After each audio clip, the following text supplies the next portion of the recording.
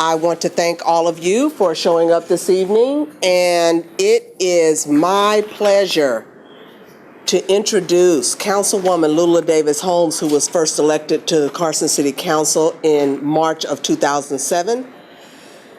She is currently serving her second term as the councilwoman from March 2009 to 2010, at which time she served as Mayor Pro Tem. She is currently Mayor Pro Tem now in the city of Carson.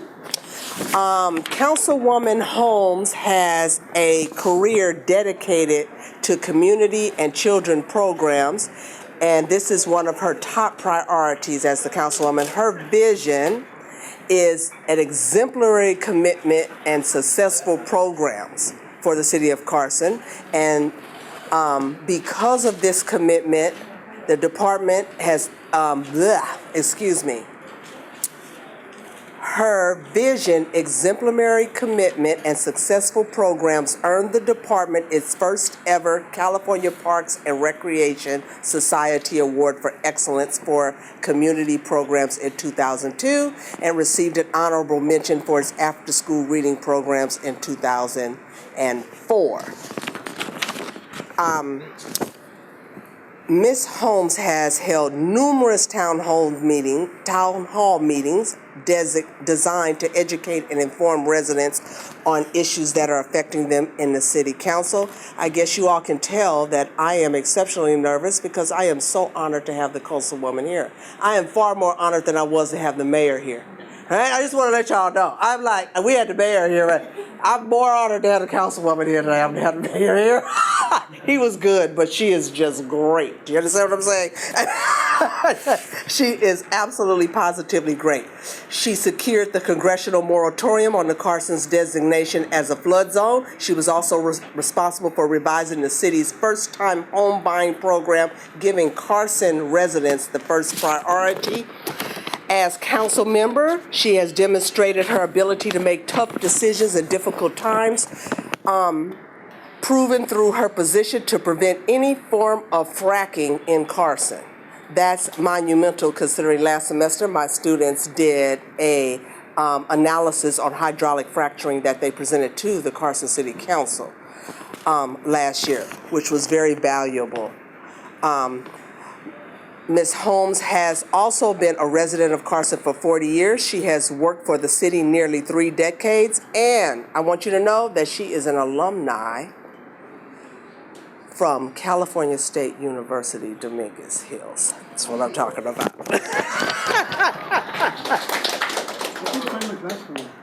Second floor, right here. But you said B231. You said B321. Oh, sorry, it's 231.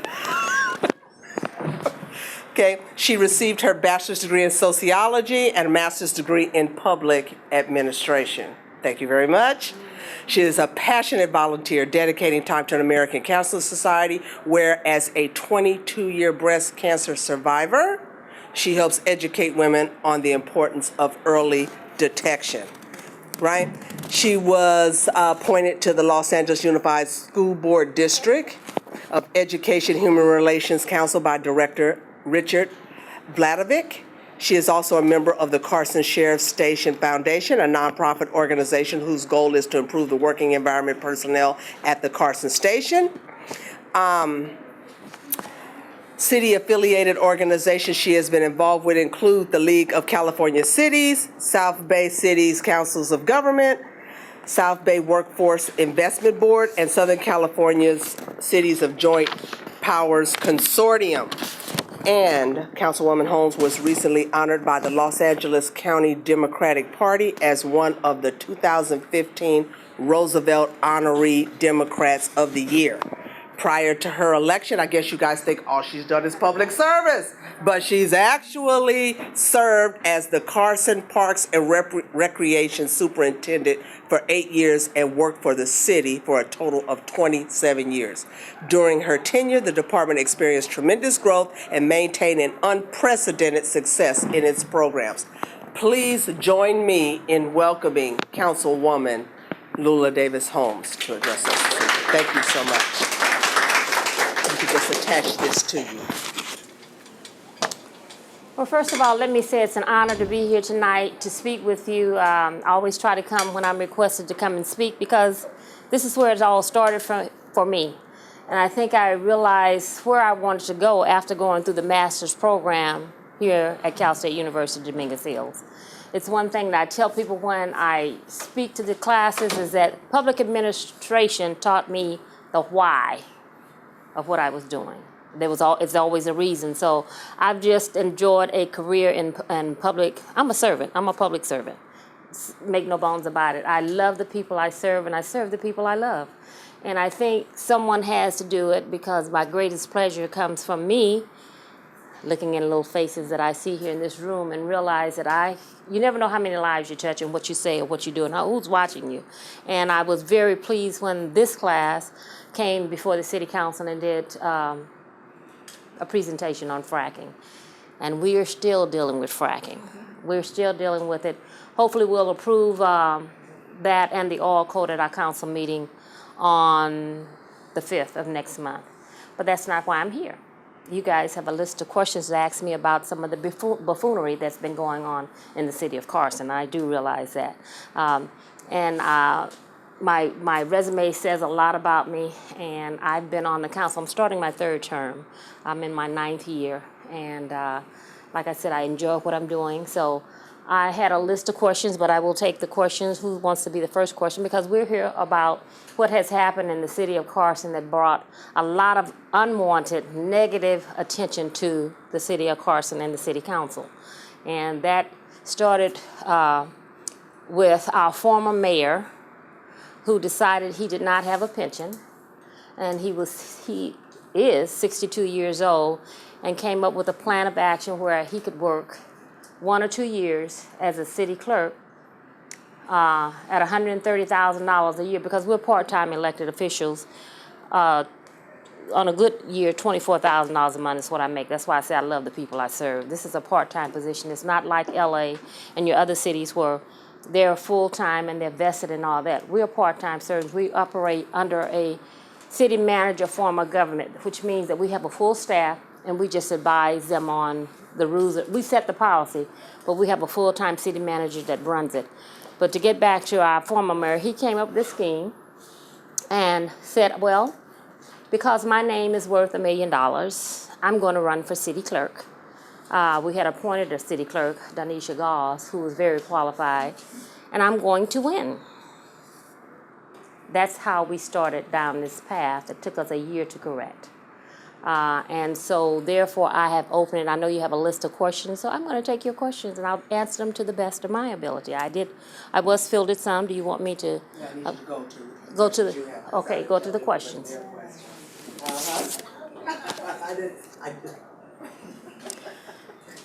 Provided the safeguards that protects elected officials, why do you think the civil servants waited so long as they did and went as far as planning out escape plans in the event Mr. Deere became violent before anyone spoke up?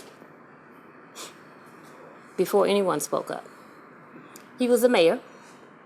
He had 3 votes, and they didn't know how to address the situation. You're talking about a mayor. You're not talking about an employee of the city of Carson. You're talking about someone that's elected by the residents of the city of Carson, who only answers to the residents of the city of Carson. Had he been an employee and all these allegations that come up, we would march him right out the front door. You're out of here. Based upon what you've done and the number of employees that have come forth, you would have been escorted out of the door. But because the people of Carson elected him, he answers to no one except the people of Carson. He did not even come to work for over a month, but his check went on because his bosses are the people of the residents of the city of Carson. Why did they elect him? Well, the man said my name is worth $1 million. He had served as our councilman and he served as our mayor. Okay, name recognition. If you look around and see how many people really are involved in the politics of your city, 1 or 2% that know what's going on. So when you put your name on the ballot and it says incumbent and you don't follow what's going on in your city, 90% of the time you vote for an incumbent. Unless you have someone out there, such as myself, when I ran the first time, I beat the mayor pro tem because I was very well known in the city. I had a following, and I had raised half the kids. So when I ran for election, the babies came home and voted. The babies came home, and they would say, well, how in the world did you win this election? Because I had touched so many lives in the city of Carson, and as a recreation superintendent, which I retired from the east to the west to the south, when you talk about what I had done in my career based in comparison to what my component did, I had touched the lives. I had made a difference in people's lives. And it's not often that you beat an incumbent. I beat her by less than 400 votes, but I won, okay? That's because I had a following. He has a following. His following was very strong. Okay, we have a population, constituent, registered voters of about 53,000.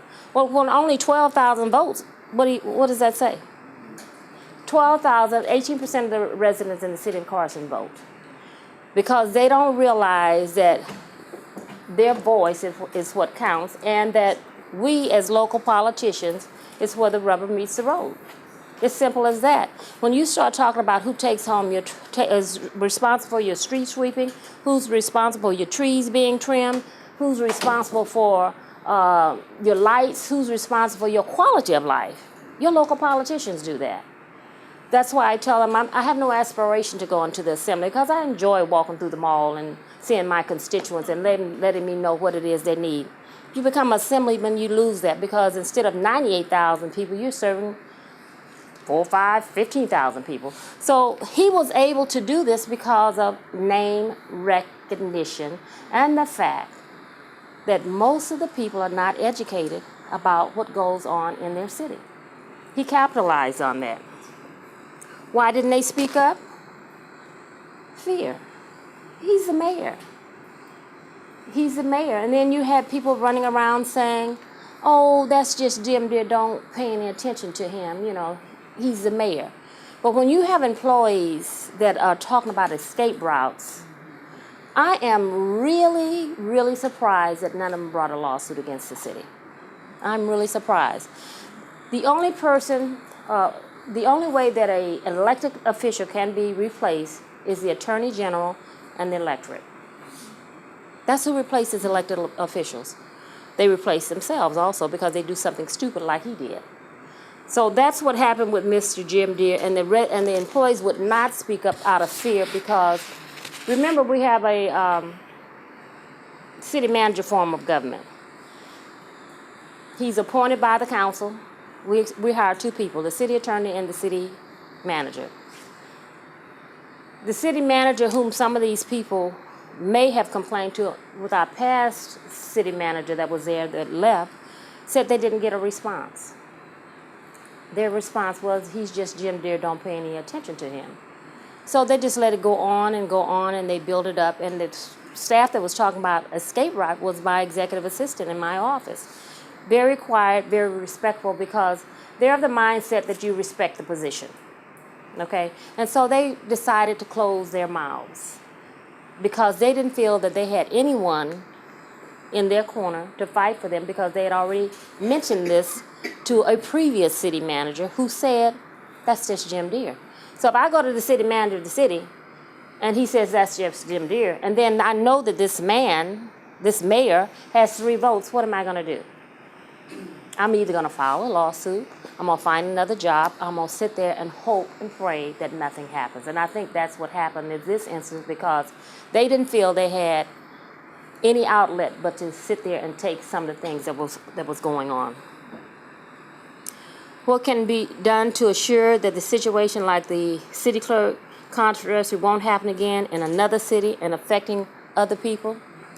It's called educating your constituents, okay? It's called putting together a plan to educate your constituents. How did I get him recalled? I educated my constituents, because they were in love with the name. They were in love with, he comes to my birthday party, he comes to my funerals, he kisses my dog. I don't believe these employees that got up and poured their heart out and said that I am have been intimidated. I have been harassed. I'm fearful. I want to say 11,000 people voted. 4,700 residents believed that the employees were lying. But I got 5,600 of them to believe what I was saying. And it was through an educational campaign. It was through him making a fool of himself. At council meeting, I mean, you just thought you were bigger than the system. You're running around, turning out lights, running and saying you're not gonna recall me. I'm Jim Deere. He got full of himself. Okay, power corrupts, and that's what happened. Power and greed. The newspaper called me and said they wanted to make a racial issue because it was most of the people in the North who voted to recall him. It wasn't a racial issue. It was about power, because had this man never taken the city clerk's job, they would have still thought he was the greatest thing since Kool-Aid. Power and greed is what got him out, and I just capitalized on it. Because I had said 2 years prior that I wasn't going to fight him any longer. I've been fighting this battle since I've been on the city council, trying to educate our residents about him, about his tactics, about his dictator-type mentality. And it went on deaf ears. But I did say that he's going to corrupt. He will self-implode. He will implode, and that's what happened. Greed and power is what got rid of Jim Deere. His desire to spike his pension. He went from $2,200, and in 1 year, he's up to $5,200 a month, I should say, in retirement. $2,200 to $5,200. I knew what my residents wanted to see. You can't get sentimental with residents when you're talking about recalling someone that they have said that they love. But I do know one thing. You start talking about how it's hitting me in my pocketbook and what I have to pay, then I'm going to pay attention. You know, you could talk about him calling the councilwoman names. Okay, but how is it affecting me that he called her that name? It affected all, in my mind, it should have affected every man, every woman, and every male should have been insulted, but that wasn't the case. When I start hitting them in their pocket, saying that it's going to cost you, the taxpayers, $1 million for the rest of his life. What? When I start telling him that he makes $100,000 a year and doesn't even have to come to work, that you're paying. What? It hit people in their pocket, because now they hear what I was saying for the rest of his life, that he will get a check from the city that went from $2,200 a month to $5,200 and counting had we not recalled him. And counting. He could have eventually stayed there and gotten close to $8,000 a month. I decided to cut our losses. Cut your losses. I'm going to have to pay something, but I don't have to pay that.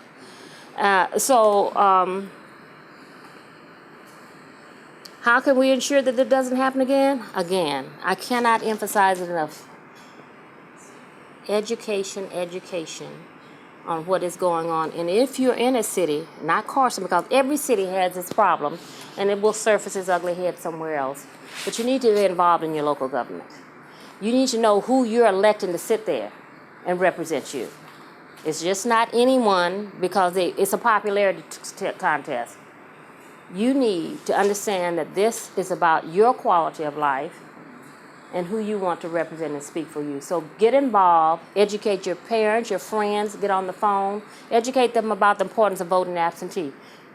Okay, that is very important, because we get busy in our busy lifestyles, but you need to have your voice heard at all times in any election. We paid it too much prior to you being here to vote.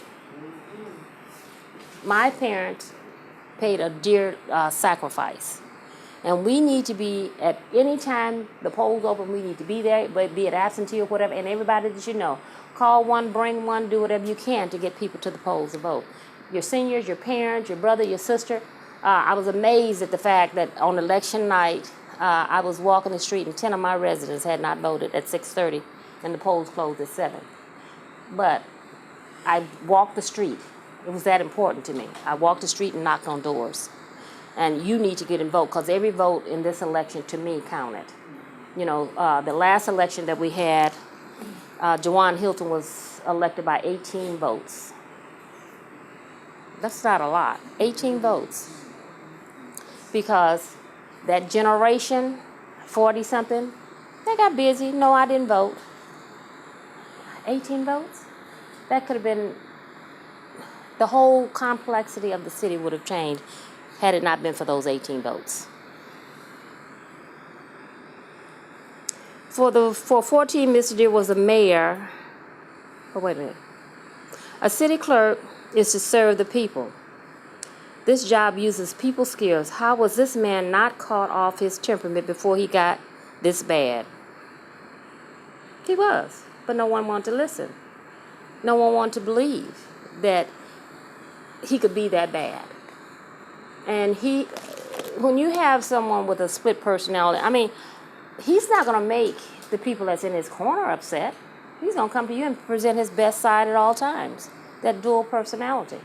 He could be as humble as a kitten. Oh, no, I didn't say that. Well, when he would do that to me, I knew it was a key, something going on here, because you're not this nice all the time. He, in my mind, and I'm not a doctor, has a split personality. He knew what to say to people that wanted to hear it. He knew about people that had low self-esteem, that wanted to be a part of the political process up under his umbrella. Okay? People that were educated, had the best city's interest in their mind and heart, didn't fall for it. You know, his message was to the residents, this is my city, 98,000, and nothing happens in this city unless I say it happens. Well, what is that? That's a dictator mentality. Okay, nothing happens in this city. And he said it so often that he began to believe it. He began to believe that. So, you know, it takes people that's willing to stand up. And my husband said, somebody has to do this. I'm glad it's you and not me, because I could not be as diplomatic. But somebody has to serve its residents. And somebody has to step to the calling. And like I tell everybody, I took a 99% cut in pay. I was making 6 figures when I decided either I'm going to be a part of the problem, or I'll be a part of the solution. I decided I was going to be a part of the solution and retired before it was time for me to retire. But you know, God is always good. He always opens up other doors. When one closes, another one opens up. And I'm doing better than I was doing while I was working, because now I have the time to serve the residents of the city of Carson. Could this have been something from his work? No, it wasn't something from his work. It was from that desire and that power. I am the man. Nothing happens in Carson unless I approve it. But, I'm 62 and I don't have retirement. So now I need to come up with a scheme called pension spiking, where that I can take care of me, but I'm going to run the city from the clerk's office. That was the word that went out. I'm going to be, once he was elected, I'm elected the city clerk. I'm going to be making $130,000. But because I thought I had 2 people on the council, I'm going to run the clerk's office. I'm going to run the city council, the city from the clerk's office. Well, you know, ladies, we always out thinking, folks. You do know. So while you're saying that, I'm putting together my own plan. And my plan was to have the fighting in between the 3 of them. And how did I do that? Well, Councilwoman, we want you to be mayor. Really? No. I'm not going to be your mayor. I'm going to give it to his ally. Because he's now going to be told what to do as the mayor of this city. That's your mayor, Albert Robles, that came before this other class. That's how Albert became mayor. It wasn't about me. You take yourself out of the equation.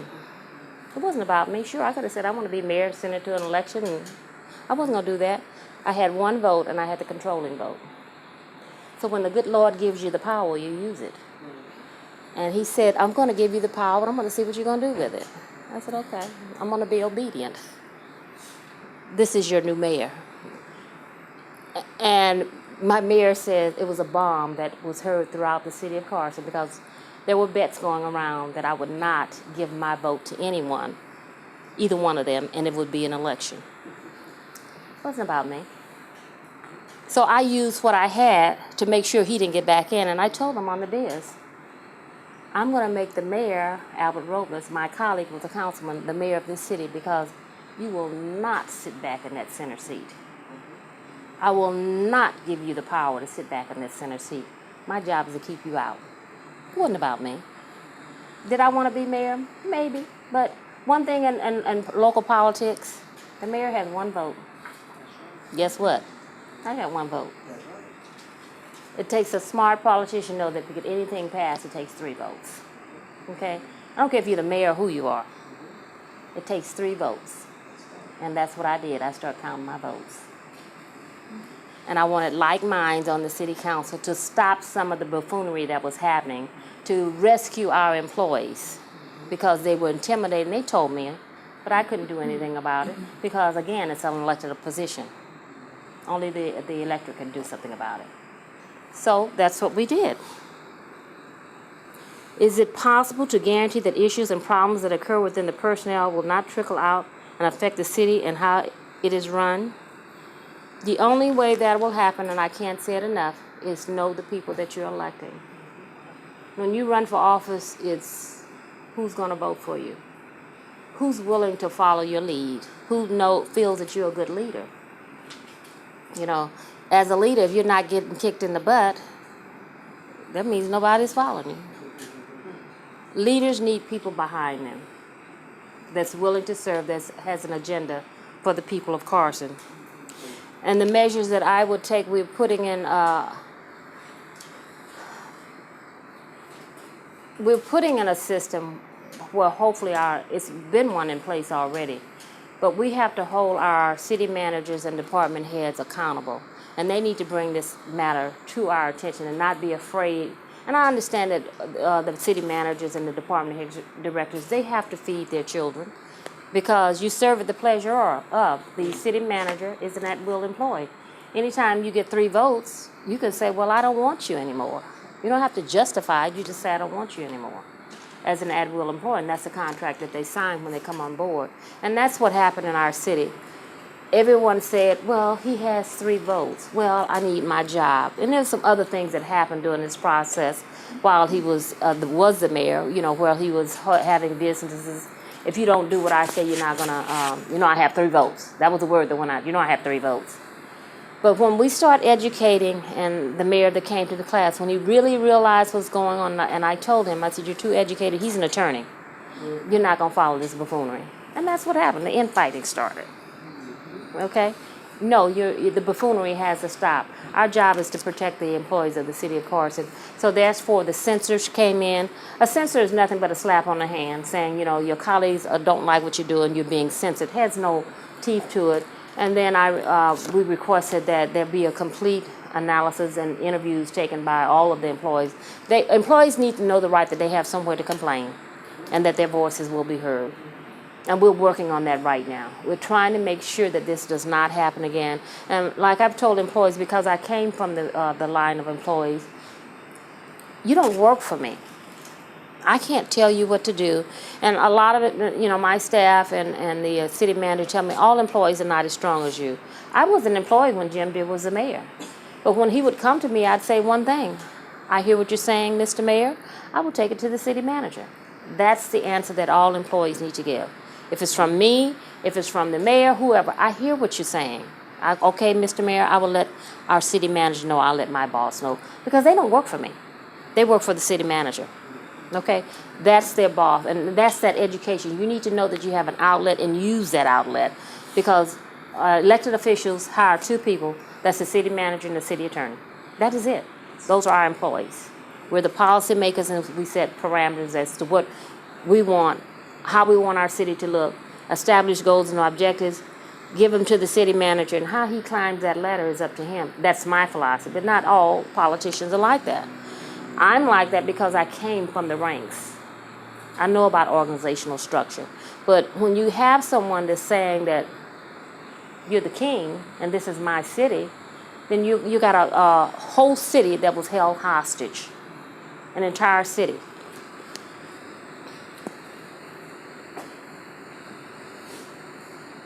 Would I argue that an elected official, rather than a civil servant, carries a greater burden of accountability to the public? Yes, an elected official does, because we work for you. The electorate is, that's our boss. That's who we work for. A servant, a civil service employee works for whoever's at the head. They work for department directors, supervisors, city manager. But we, my employees, are the 98,000 residents here in the city of Carson. When you get tired of me, all you do is go to the polls and vote me out. I'll be up for election in 2018. I just got elected. All you do is go to the polls and vote me out. I don't like what you've done. You're not protecting the rights of the city. And as an elected official, like I tell everyone, the business industry and everyone, the people of Carson elected me. Not the businesses, not the little campaign donations, which is milk for all campaigns. I will turn down campaign donations if you think I'm for sale. My motto has been, since I've been on the council and all the business community, now repeats it, she's unbought and unbossed, Shirley Chisholm. You do not tell me what to do. My constituents do.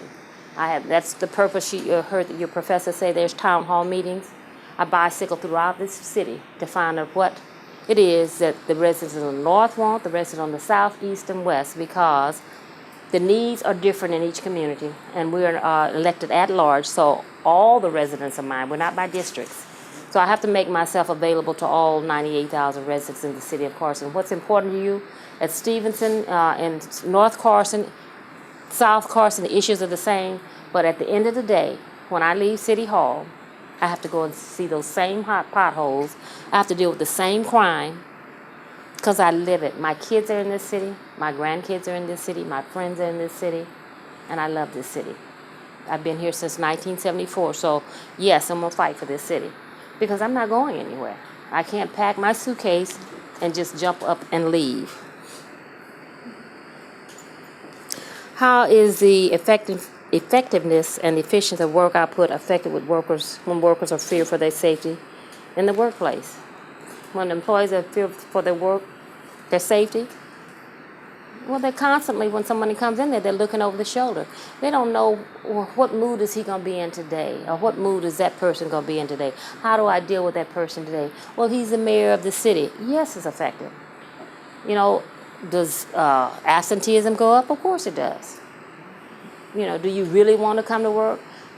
It was, as the mayor of the city, and I know I'm committed to the first and third Tuesday of every month to be at a council meeting.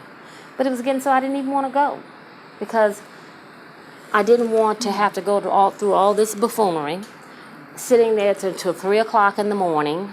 For what? Because the worst thing that happened to Carson was our council meetings were aired. And guess what? The person that's doing all the talking got the camera on him. So who do you see most of the time? So your rating goes up, and well, Councilwoman, if you didn't talk, no, if you stop talking, I'll stop talking. Okay? So meetings that used to go into 3 or 4 in the morning, I'm at home at 10 o'clock. My first meeting I left, I sit up, the mayor said, okay, meeting's adjourned. I said, no, I don't want to go. I'm not going home, because I had been used to staying there the first and third to 3. We stayed in that office for another hour talking to each other and just, you know, talking about what had happened, because we had been held hostage by someone. And you say, he couldn't do it by himself, and I remind them that all the time. No, he couldn't do it by himself. It took 3 votes. And at that time, he had 3 votes, himself and his 2 colleagues, that he can't be that bad. But again, power and greed is what brought this man down. If the ethics of Jim Deere was already known, why did the majority of the electorate vote to have him run for office? Well, again, if you come to every birthday party that I have and you kiss every dog and you're on TV and the camera's on you all the time, you're doing everything, you seem like you're a nice guy, but you're really a Dr. Jekyll and Mr. Hyde. The constituents don't know. 1 to 2% of the population know what's going on. 1 to 2%. Half the city, we have $1 million construction projects going on right now. The most they knew about what was really going on in the stadium when the Raiders and the Chargers said they were going to build a stadium.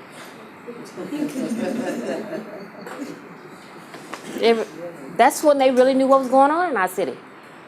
Now the raiders and charges have pulled out. Guess what they asked me? Councilwoman, what's going on? What's happening over there at that site?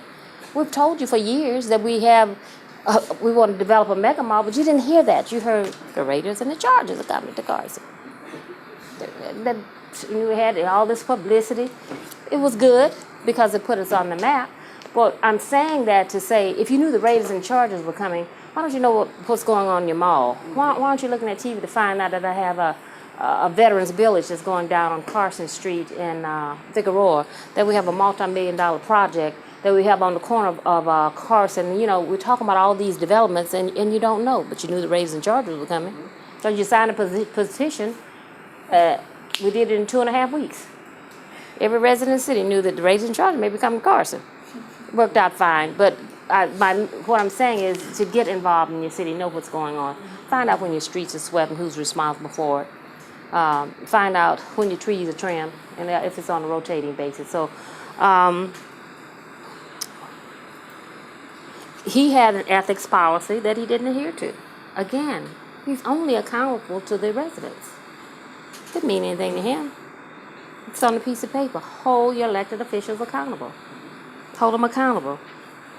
They kept voting him in because some people have memories of when the city went through a crisis when 3 of our electors were arrested. You know, they keep bringing that back up. Well, he came and did this. And you have someone telling you, I did this, I did that. It takes 3 votes, folks. I never go out and tell people what Lula did. My colleagues and I passed this. Because I can want it all day long. If I don't have 3 votes, it's just not going to happen. Okay? Now, we've been fighting this fracking issue for 5 years. I just had a meeting, a 4-hour meeting today, and last council meeting on that. You have to have 3 people that's saying we want this to happen. We have to have our people that elected us to come out and say, I put you in, I'll take you out. This is our city. And, you know, that's why I said we educate, and I whenever there's an issue on the table, I invite all of the residents out. We're going to send out a 17,000 mailer to talk about this oil code. And the city manager says it's going to cost $17,000. It will, but I don't want one resident to come tell me they didn't know about it. So if I get 200 people to show up out of 17,000, oh well, I did my job. I put it out there. It's on cable. It's everywhere we can put it. Now it's your job to come and say this is what I want. If you can't show up, send me a letter. It's read into the record. Just know what's going on in your city. Let's see.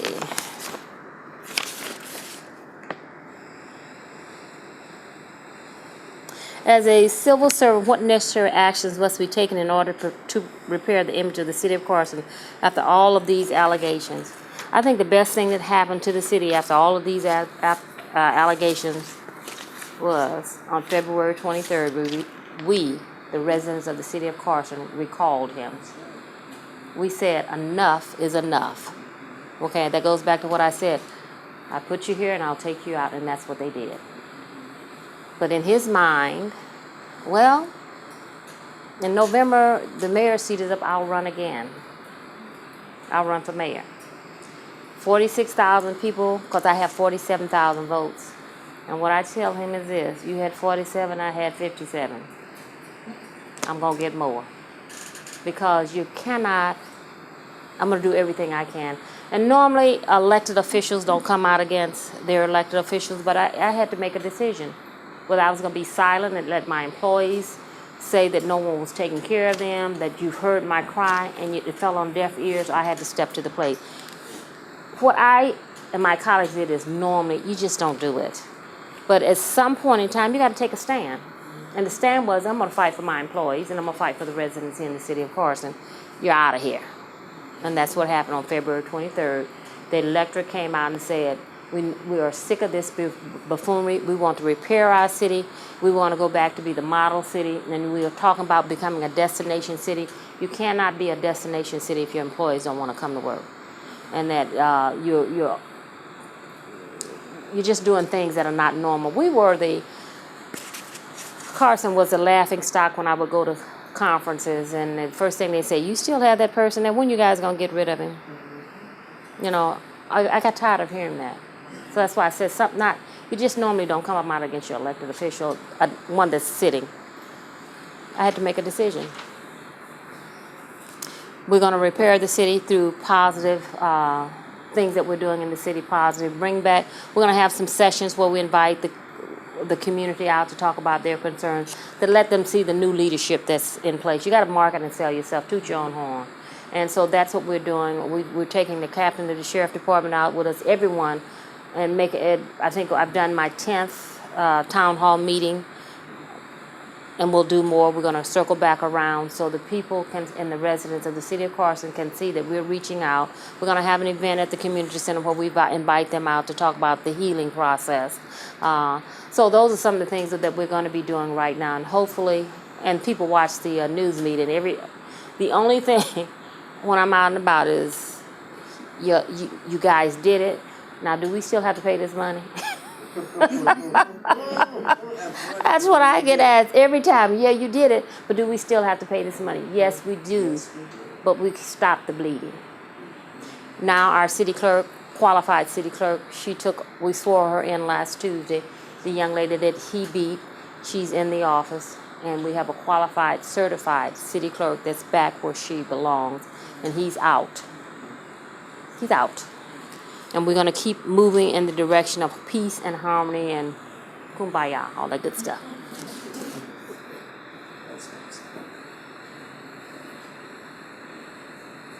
After the recommendations of how the city clerk should act and perform, did the circumstances improve with the new city clerk, or the position is still unfilled with the right candidate? I just said that. On the ballot on February 23rd, it was yes, do you want to recall him? And yes, do you want our city clerk, Denisha Goss? The vote was overwhelming. We want to recall him, and I think yes, the votes were like 50, close to 57. She received 5,200. A resounding yes, we want her back in office. So it has changed because it's at a professional level right now. The city clerk that we have right now can run the entire office by herself. He couldn't even take the minutes at the council meeting. Only thing he did, and he told the staff, is that I'm going to do the ceremonial presentations. That means I'm going to take all the pictures when the commissioners come down, and I'm going to safeguard the city seal. That's it. That's all he did. The staff did everything else, and he was in the office for over a year. I'm just now getting minutes from all those meetings back because there were no minutes. He had volunteers that he wanted to bring in to assist him. We said, no, you can't do that because you have to be fingerprinting the screen. So it was a nightmare that has come to an end, and we can finally exhale. Why wasn't Mr. Gers fired from his position immediately after those complaints were filed? Who can fire him? The electorate. That's why he was not fired. There was a process that we had to go through, and it's called a recall. We had to gather over 11,000 signatures, and then to get on the ballot to have a recall. And his thing was, it's going to cost you, the taxpayers, $250,000. Oh well, it wasn't about money. It's about bringing our city, getting the right person in the right position. So we had to spend that $250,000, and it was a special election. 18% of the residents came out, which was a high number for election when we just come off an election in March. And now we're going to have another election in June for the utility user tax, and another one in November because we aligned our elections with, instead of March of 2017, we're going to have in November of 2016 because we have aligned our election cycle with even years with that of the state. So whenever there's a state election, we will be having our election. So each one of us lost 5 months on our term.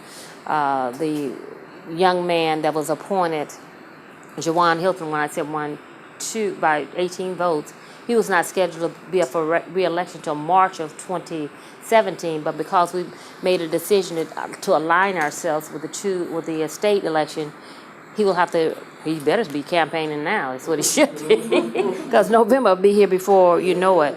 But we sent letters to the Attorney General, to the District Attorney, everywhere we thought. I put everyone on notice. We are working here in a hostile work environment. We were going through this hostile work environment, people fearing for their safety with was the Riverside incident? we were going through this. And I'm saying, are you kidding me? And you guys are saying, well, the city attorneys, I basically put them on the notice. Send it to everybody. Because if something should happen in the city of Carson, I don't want anybody to say, oh, I didn't know. Send it to them. Send it to the FBI. Send it to the DA. Send it to the Attorney General. Send it to his mama. I don't care who you send it. Send it to everybody. Because everyone needs to know that this is not the normal for the city of Carson. And that's what they did. And we're still waiting for responses and replies from the Attorney General's office right now and the DA. Because one said, I can't do anything about it. Oh, he hasn't done this. You censored him. He's gone. We recall him. That's the bottom line. We exercise our rights as residents to recall him.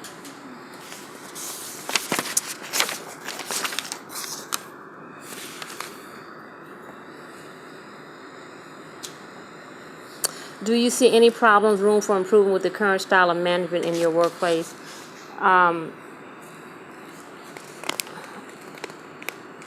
You know, and I say this all the time. When you have a city manager that's counting votes, he or she is going to protect her job. Okay? And I say that because your city manager is appointed by the city council. And if someone is telling you, you know I have 3 votes, I can get rid of you anytime, what are you going to do? If you're like my new city manager that retired, Ken Farsing, you're going to stand up and be a man and say, this is what's going on. This council did not do it. I am the CEO of this operation and there is a problem. So that's what I would like all of our city managers to do. Our city manager that we have now, just, he says, I'm retired. I'm going to call it the way I see it. But previous city managers did not do that because they had young kids. And I don't know how you'll run into some city managers that will say, my character will not be compromised. I'm going to do what I am to do. But the life expectancy of a city manager is only 5 to 7 years. They don't last that long. So now I'm in the second year of my 3rd year contract. What am I going to do? Am I going to try to console the... I would have dealt with it. But that's just me. My city manager that I have right now dealt with it. I need people that will deal with the problems at hand, what you're hired to do. And when we hire them, that's what we're looking for. We want you to do your job and don't count votes. Can I make them do that? Everybody has a reason for not. I don't know. But we have a city manager right now that calls it the way it is, like it or not, tells me to get in what he will not do. I like that because at least I know. His job is to protect me and make sure that the employees are protected. So that's the kind of city manager that I'm looking for. Do you get them all the time? No, you don't. So I like our form of management because without the city manager type of format, you would have a city council running the city and you'd be worse. There is no buffer. You know, he would be an administrator and he would really not be opening his mouth. So I like our form of management right now. It's just getting the right people in the right place to do their job without counting votes. And most cities don't. You don't have anyone going around telling, well, you know I got 3 votes. That's the power-hungry people. Well, you know I got 3 votes. You know I can fire you. You know next council meeting I'm going to have on the agenda to fire you. It got so bad that I told him I don't want to see this on the agenda again. I had to call it for a vote. I don't want to see our city manager being threatened with firing anymore. Okay? I had to call it to a vote. That's crazy.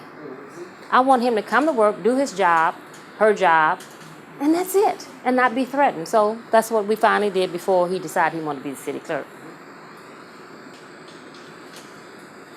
How do you prevent harassment in the workplace? I think that means to be a mechanism in place at all times where employees can report if they're being harassed, and if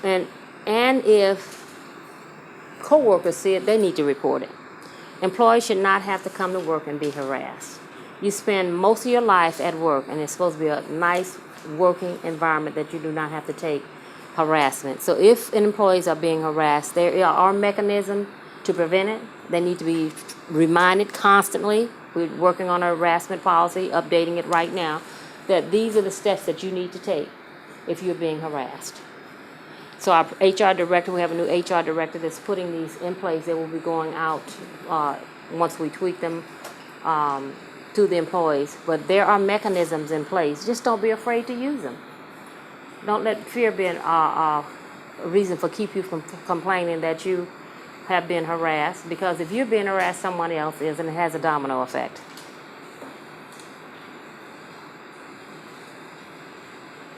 How would you assure a great elected official is in office? I can't assure that. The electorate has to, like I said, know who you're electing. Get involved. Don't just vote to get along. Look at the resumes. Look at what they've done for your city.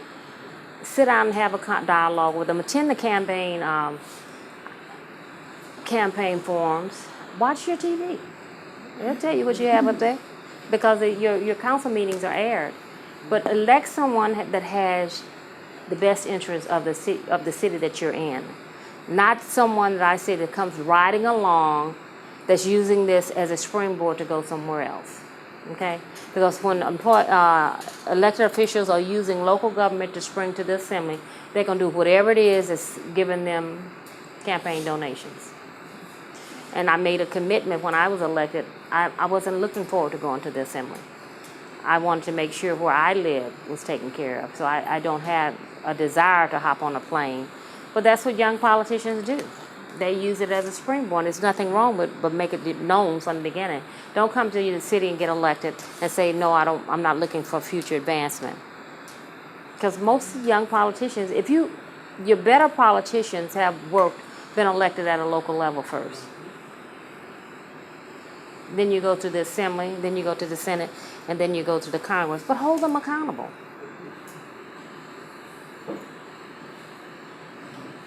How do you assure that the employees are utilizing policy, rules, and regulations at work? They have unions that they can go to and express their concerns, that they can file a grievance.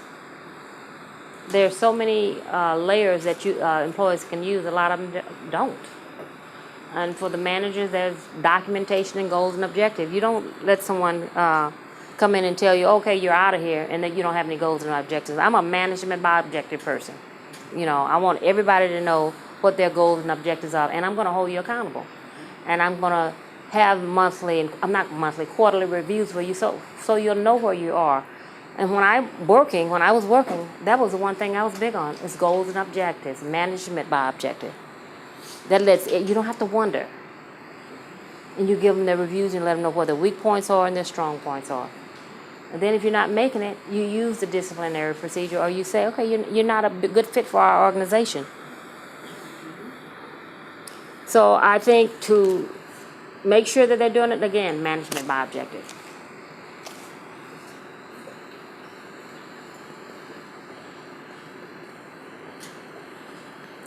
This one is kind of confusing for me. How do federal and state workforce demographics come into play with your position? I don't think federal and state demographics come into play into your position. Not at all.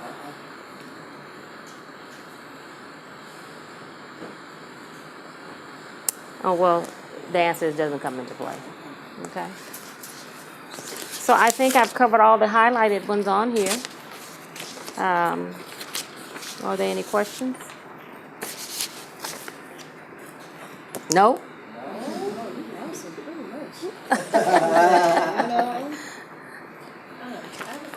Yes, ma'am. So he was the city clerk for a couple of years? For 1 year. So does he still, now that he's been recalled, does he still get a pension? Yes. Yeah, 5,200. In the retirement system, remember he worked 11 years as a part-time mayor. So he became vested. And the retirement system is based upon your last highest paid salary. So I went from $24,000 to $130,000. I'm already vested. Right. So really I have 12 years in CalPERS. Right. I don't get what I could have gotten had I stayed that longer, but yes, I get more than I would have received had I stayed as a part-time elected official. He's recalled for what? If he was recalled for hostile behavior and that was kind of like proved, why can't they deduct those years that he served with you guys off of his money that he gets? He can. That's our word against his, and the residents recalled him. Okay, we've asked our assemblyman to carry legislation just to address this issue to see if it's going to, how can we stop it? It's called pension spiking. I know Chu is doing something in his office, but it's getting someone to upset the cart, and to get an assembly person to carry that legislation. Right now, our assemblyman said he's not going to carry it. But we already asked him to, so it's still a work in process. But once you get vested, that is it. And he's vested. 5 years he needed. Yes. Can he be charged with anything, like he'd be sued by the city or by the employees on, these allegations that he has violated an employee's rights, human rights? He is a representative of the city. So if they sue him, they're suing us. Okay. We would have to foot that bill because he was an elected official operating under the umbrella. I wish it could be. That would be great. So as of right now, he has nothing to do with the city. He has nothing to do with the city. He moved out. He is a resident of the city of Carson, so he has the same rights and privileges that any resident has. He can come to all the common areas in the city hall. He can attend council meetings. He can come speak before council and be as belligerent as he wants to because he has 3 minutes to speak. He get his 3 minutes, He got 3 minutes. Yeah, he's a resident. There are no laws in place. And like I was telling someone when they said, well, can we sue him? Can we stop it? He didn't do anything but put his name on the ballot. The electorate elected him. Right. So what are we going to say? He was elected. So I don't know how we're going to even win whatever it is because he didn't appoint himself. Okay? 5,200 people at the time, he beat Danisha, say by 500 votes, gave him that seat. Some of them thought he was running for mayor. That's really. Some residents thought he was running for mayor for re-election. They didn't even know he was not the mayor. They said, oh, you won mayor again? No, he won for city clerk. Education. The information that went out, the flyers that went out said, they were identical. They said one said yes on the recall, one said vote no on the recall. Well, when I was in school, they always told me to put the who, what, when, where, and why. So I went in my pocket and made 400 signs that say vote yes to recall Jim Deere.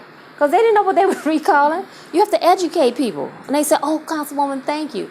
But it was that important to me. I raised money. I did the big banners. I did help raise money for the flyers because when you put the same color, it worked for some, one that just said yes and one that said no, and they're saying, recall who? Recall what? I put some nice orange and blue ones out. Recall him. We want him out of here. Who, what, when, where? When? February 23rd, when you go to the polls and vote. Make no bones about it. I want it clarified. I want all your answers on this, and that's what happened. So he was recalled. First time in the history of the city of Carson that we recalled one of our elected officials. Can he run again and get elected? Yes, he can. For city clerk? He can run for city clerk. He can run for mayor. He can run for council. He was just recalled.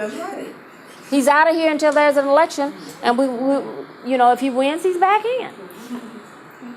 That's the system. Have you ever seen it firsthand? I mean, you worked, as an employee for him when he was a mayor. I didn't work for him, remember. I worked for the city manager. Did you ever see that personally? Him? Yeah, Yes. harassing Yes. employees? Any employee, as of when I was working there, he was elected. When he became elected, I was just a program manager. And Mayor Darrell Sweeney was on the council. But yes, I did. But see, like everyone tells me, everyone is not as strong as you are. So when he talked to me crazy, I talk back to him crazy. Okay? How would he react? crazier? No. No. You know we ladies know how to get real crazy. No. No. And when I told him I work for the city manager and I would relay that message, he understood what I was saying. Get out of my face. You don't tell me what to do. I hear you. I understand what you're saying, but I'm not going to do it. Will other employees say that? No. Well, he's the mayor. I don't care who you are. And so that's the way I handled him when I was an employee. Very respectful. But, you know, I didn't allow him to bully me. You know, not at all. And my husband tells me, you know what, I don't know what's going to come out your mouth. But it is what it is. You know, it just is. I stand up for what I believe in. And women, we have so much power, we just need to know how to use it. We have time for like one more question, then we're going to have to move on. Is there another? Okay, I want you all to join me in thanking Councilwoman Holmes for coming out.